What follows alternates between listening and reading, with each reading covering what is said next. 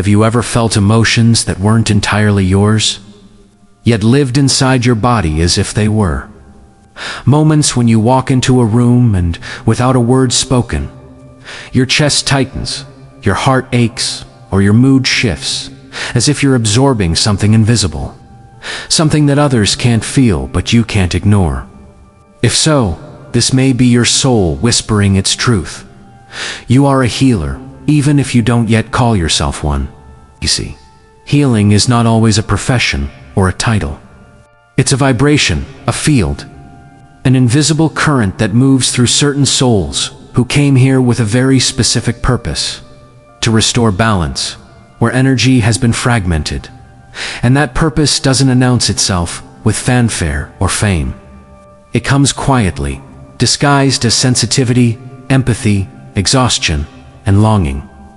The healer's awakening often begins not with enlightenment, but with overwhelm. Because before you can hold light, you first feel everything that is not light. You sense others' pain as if it were your own. You dream their dreams. You weep their tears. It can be disorienting. You might even wonder if something is wrong with you. But what if this sensitivity isn't a flaw? What if it's your original design? You're tuning into a frequency that others can't yet perceive. In a world numbed by noise, the healer's sensitivity becomes a sacred instrument. You are the one who hears the subtle cries beneath silence, who feels the tremors of emotion under polite smiles. And this is the first sign of a spiritual healer. You feel everything deeply. Not because you're weak, but because your energy field is porous by purpose. Your body is wired as an antenna for the unseen, translating vibrations into sensations, emotions, and intuitive knowing. Sometimes that means you cry without reason. Sometimes it means you feel drained after being around people who are heavy with unspoken pain. And sometimes it means you carry emotions home that were never yours to keep. If you recognize this, pause for a moment. Place a hand on your heart. Whisper inwardly, "I am learning to feel without drowning." Because that's what healers learn first, to honor their sensitivity, not as a curse, but as a compass. The second sign often emerges right after this awareness. You absorb or mirror the energy of others. You might notice that after spending time with someone who is anxious, you too begin to feel restless. Or when you visit a hospital, your body aches. When a loved one is in pain, you find yourself carrying it in your chest, as if trying to lift it out of them. It's as though your aura acts like a sponge, not by mistake, but by mission. You are designed to sense imbalance so that you can help transmute it. But when you don't yet know this, it can lead to exhaustion, confusion, or burnout. Many spiritual healers go through years, even decades of fatigue and emotional overload before realizing what's really happening. They think they're too emotional, too sensitive, or not strong enough. But in truth, they are simply untrained in energy boundaries. The universe doesn't send healers to fix the world by carrying everyone's pain. It sends them to remember their own light so deeply that it naturally realigns everything around them. So if you've ever felt drained after helping others, it's not because you're failing, it's because you're awakening. And that awakening leads to the third sign. You are drawn to help, heal, or restore, even when you don't fully understand why.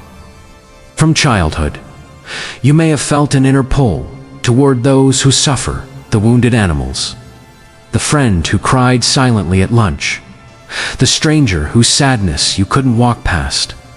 You didn't choose this instinct consciously. It's a soul pattern. Healers feel compelled to bring order to energetic chaos. It's not about saving people, though. That's often how it starts, but about remembering that you are a vessel through which energy can harmonize. Your compassion isn't random. It's the magnetic field of your higher self, reminding you of your origin, unity. And yet this calling often comes with misunderstanding. That's the fourth sign. You have been told you are too much, too emotional, too intense, too compassionate. The world, still learning how to feel again, doesn't always know how to receive those who can feel everything. So they label it, dismiss it, or misunderstand it. But their discomfort is not a reflection of your excess. It's a reflection of their disconnection. Your intensity is the mirror of their numbness. Your depth is the invitation for them to dive. When you are called too much, remember, the ocean is too much for those who've only known puddles. You are not too much. You are the measure of what is missing. And that's what makes you a healer. Often, this misunderstanding pushes healers into isolation, not because they dislike people, but because they need energetic rest. In that quiet space, something else awakens the intuitive knowing. That's the fifth sign. You might feel without logic what someone needs to hear or where their pain is stored. You might just know when someone isn't being truthful, even kindly. Or you might see energy as colors, patterns, sensations. This intuitive perception is the language of your soul, remembering its craft. You are beginning to read energy, not intellectually, but vibration is the way the divine speaks to you directly. And the more you trust it, the more it refines itself. As your intuition sharpens, something profound begins to stir within you, an invisible thread that seems to pull you toward a greater mission.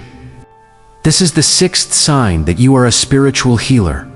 You feel a deep sense of purpose, as though life itself assigned you a sacred role. It's not a purpose you chase, it's one that chases you. You may have tried to live an ordinary life, working, achieving, blending in, but something always feels slightly off, like wearing a skin that doesn't fit.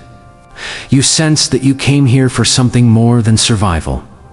It's a quiet knowing that often surfaces in the moments between when you look at the night sky and feel tears rise for no reason, or when you're moved by someone's pain as if it were your own. It's your soul whispering, you were born to restore what the world has forgotten. Many healers resist this at first. The weight of purpose feels heavy, almost unfair. They ask, why me? But over time, the question changes too. How can I serve without losing myself? And that's when another pattern becomes clear, the seventh sign. You are naturally drawn to fix, mend, or restore, not just in people, but in everything. You can't stand seeing something broken, whether it's a relationship, an ecosystem, or a fragile heart. You sense imbalance like a discordant note in a song, and your instinct is to tune it back into harmony. This isn't merely emotional empathy, it's energetic architecture. Your soul remembers the original design of coherence, and your presence alone often begins to restore it. When you hold someone's hand, when you listen without judgment, when you breathe with awareness, energy reorganizes itself around you. But here's the paradox. The same force that makes you a healer can also make you forget yourself. Which brings us to the eighth sign. You sometimes neglect your own needs and boundaries in your devotion to others. You give and give and give because your love feels infinite. You want to see others healed, peaceful, whole. But without conscious awareness, this sacred impulse can lead to depletion. Your light becomes dim not because it's gone, but because you've shared it faster than you've replenished it. You may find yourself exhausted for no clear reason, emotionally heavy after listening to a friend, or physically ill after supporting others through their crises. That's not weakness. It's feedback. The universe reminding you. Healers must learn to receive as part of healing. Your empathy is a gift, but without boundaries, it becomes absorption. Your compassion is medicine, but without rest, it becomes self-use. Remember, even the ocean retreats to gather strength before it returns as a wave. This is where the lesson deepens. Because true healing doesn't mean giving your energy. It means becoming a channel for Source. Allowing divine intelligence to flow through you, not from you. You are not the healer. You are the vessel through which healing remembers how to happen. And yet, those who walk this path often notice something else. The ninth sign, you feel magnetically drawn to spirituality, metaphysics, and the unseen worlds. It's not about curiosity, it's about recognition. Something in you remembers energy work, ancient practices, sacred rituals. You feel resonance with crystals, meditation, sound, astrology, or frequencies, because these are languages your soul once spoke fluently. The unseen is your native home. Healers are drawn to the subtle, because that's where the real architecture of transformation resides. You might not have a teacher or tradition at first.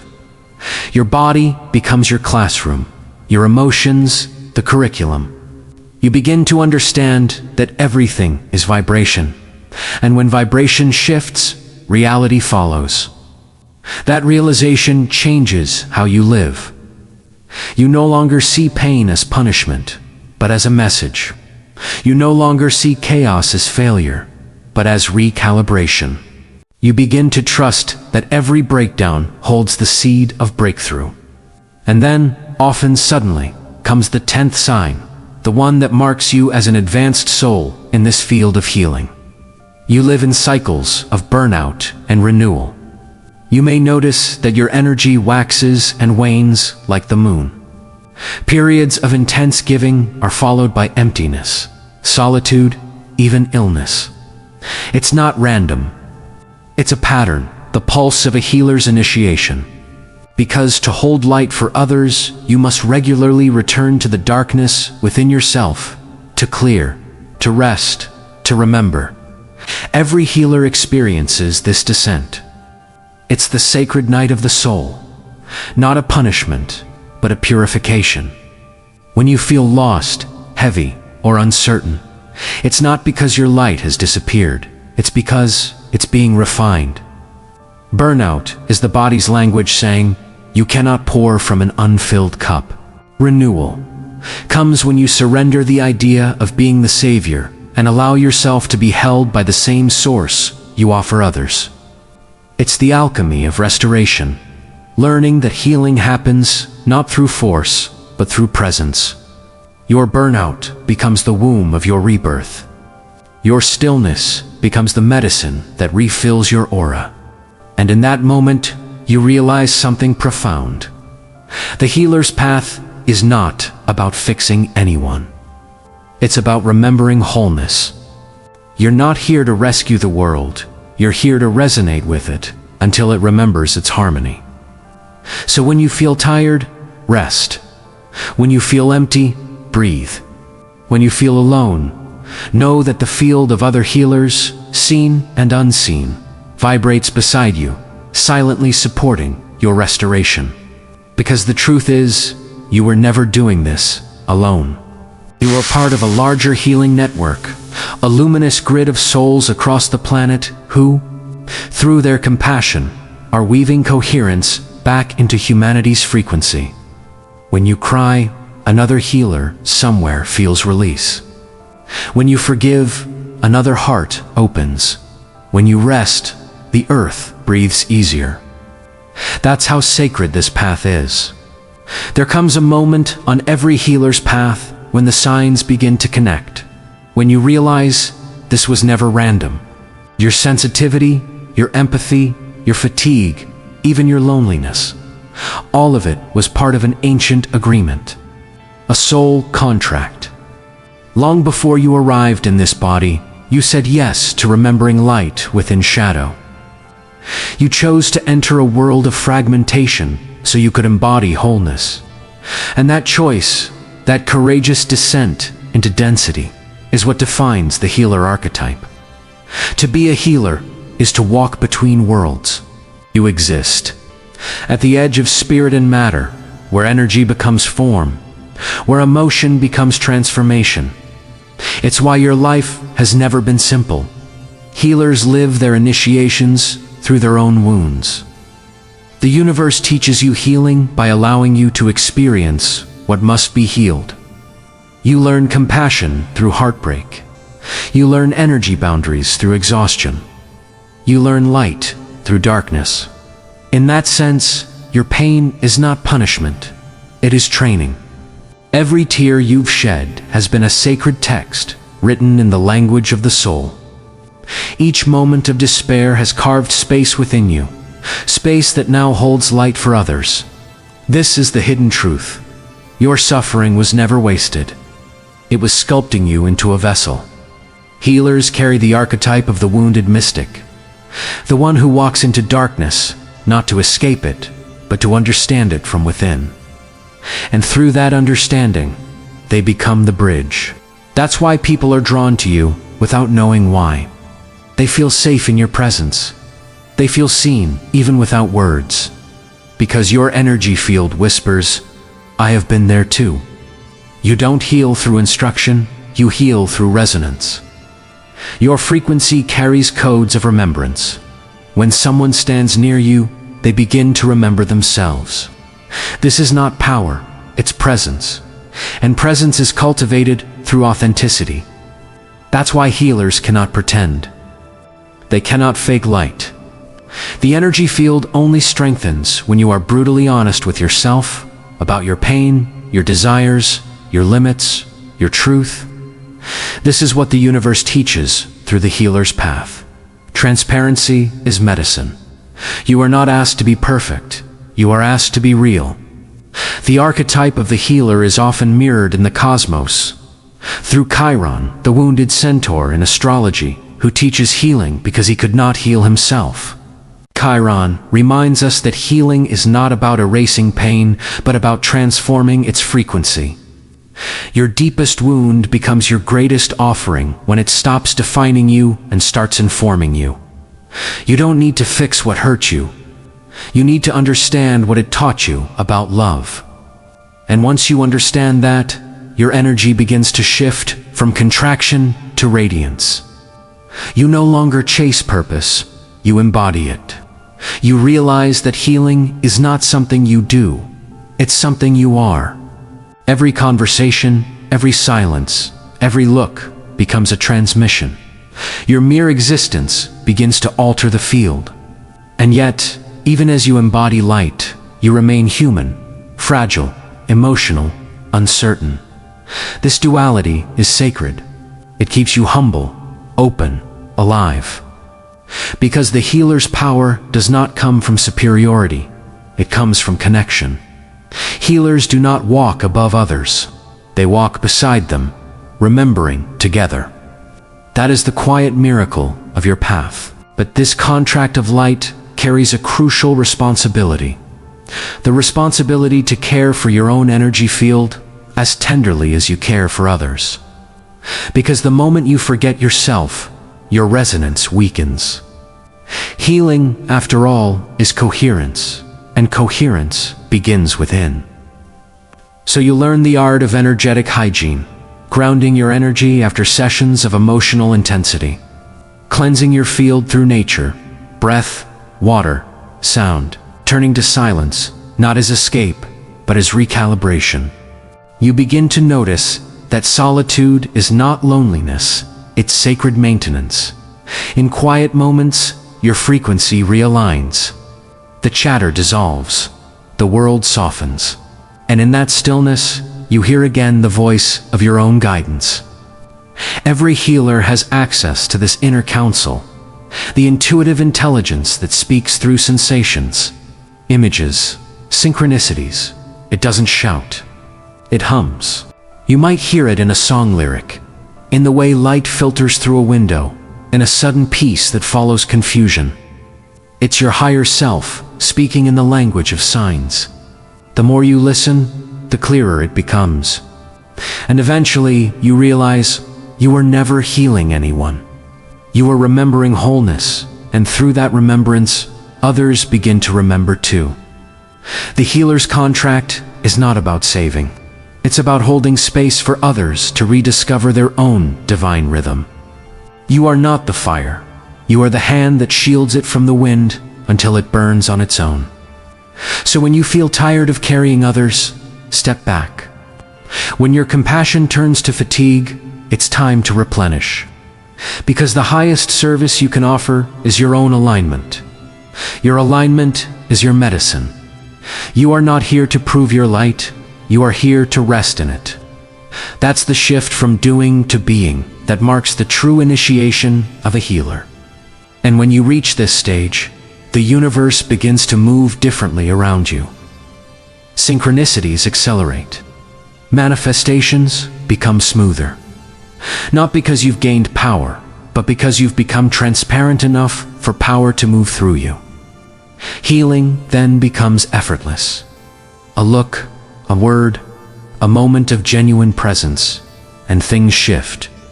Your energy becomes prayer. Your silence becomes transmission. And yet, through all this expansion, you remain human, and the world, still heavy with pain, may not always understand you. There comes a time on this path when the question changes. It's no longer, am I a healer? It becomes, how do I live as one without losing myself? Because awakening to your role is only the beginning. Integration, learning to be this presence in a human body in a noisy world, is where your mastery begins. You begin to notice how energy speaks through everything. Through the tone of someone's voice. Through the way your body reacts when you enter a room. Through the subtle heaviness that settles when truth is unspoken. You realize that your sensitivity was never meant to be shut down, it was meant to be refined. To live as a healer is to cultivate awareness without attachment. To feel everything, but not absorb everything. To witness energy move through you, like wine through an open window, entering, stirring, and leaving without residue. That's what energy sovereignty feels like. Being open, but not porous. Empathic, but not drained. Present, but not entangled. And this level of mastery begins when you remember one essential truth. Your energy is sacred real estate. Not everyone gets access to it. Not every vibration deserves to live there. You are allowed spiritually, allowed to protect it.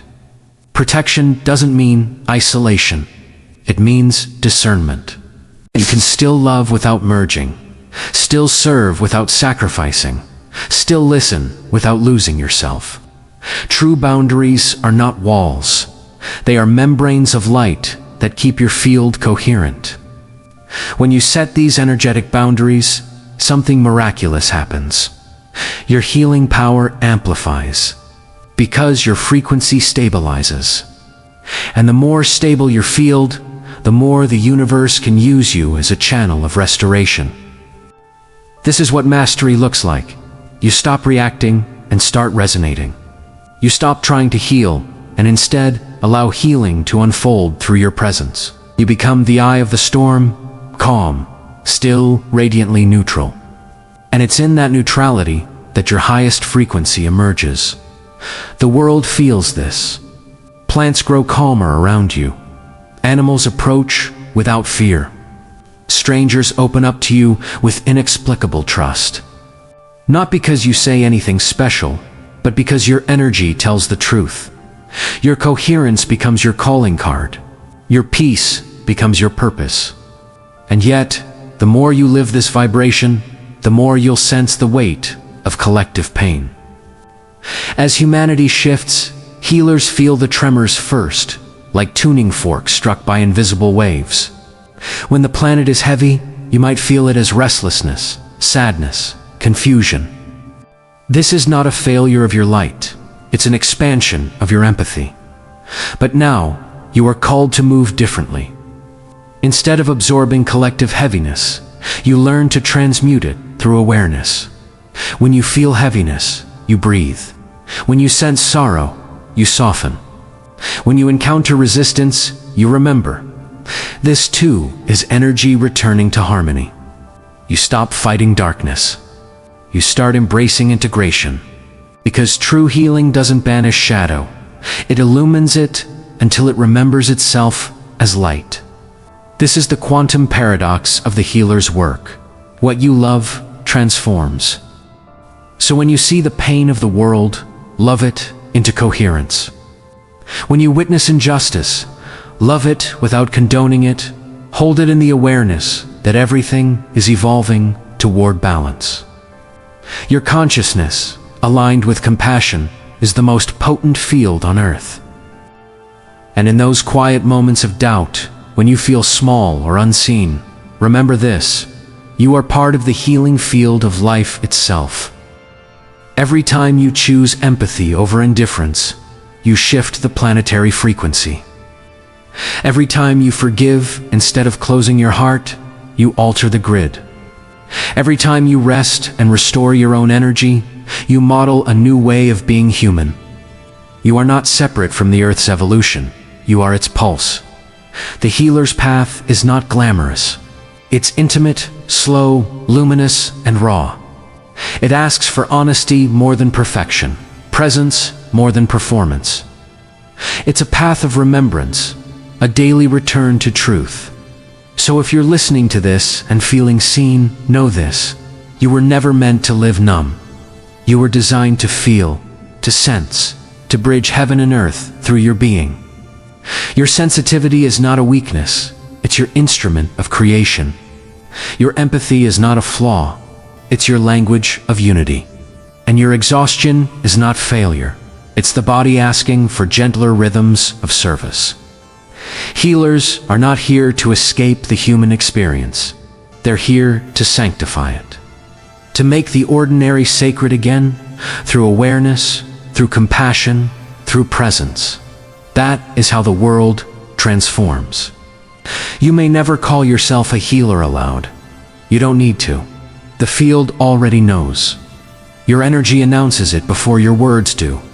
And every time you bring kindness where there was confusion, every time you breathe peace into chaos, you are fulfilling your mission. Quietly, beautifully, completely. So tonight, when you close your eyes, remember who you are. Whisper inwardly, I am part of the healing field of life. And feel that truth echo through your body, through every cell, every vibration, every breath. That is where your power begins. Healing isn't something you do someday. It's the way you exist, right now, aware, compassionate, alive. And as you walk this path, may you never forget, you were chosen not because you are perfect, but because you are willing. Not because you know all the answers, but because you are open to listen. It's not because you came to save the world, but because you came to love it, back to balance. That is the essence of the spiritual healer.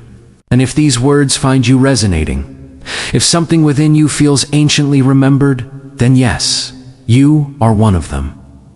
You are the quiet mender of frequencies, the soft fire in the storm, the bridge between seen and unseen. You heal by being, and that is enough. Now, take a deep breath. Feel the light that surrounds you. The same light you've been offering to others all this time. It's yours too. Let it refill you. Let it remind you, you are whole. You always were. Then the world is already healing through your remembering.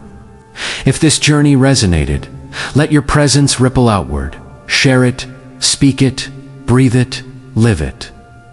And if you wish to keep walking together, subscribe, stay close, and keep remembering who you are. Because this is just the beginning, the reawakening of the healers of Earth. If this journey spoke to your soul, let your presence ripple outward. Share this video with someone who might be remembering too. Subscribe to this sacred space, and let's keep walking together through light, shadow, and the infinite healing between them. Because every time you return here, you are reminded, you are not alone in this awakening. So breathe, stay close, and keep remembering who you are.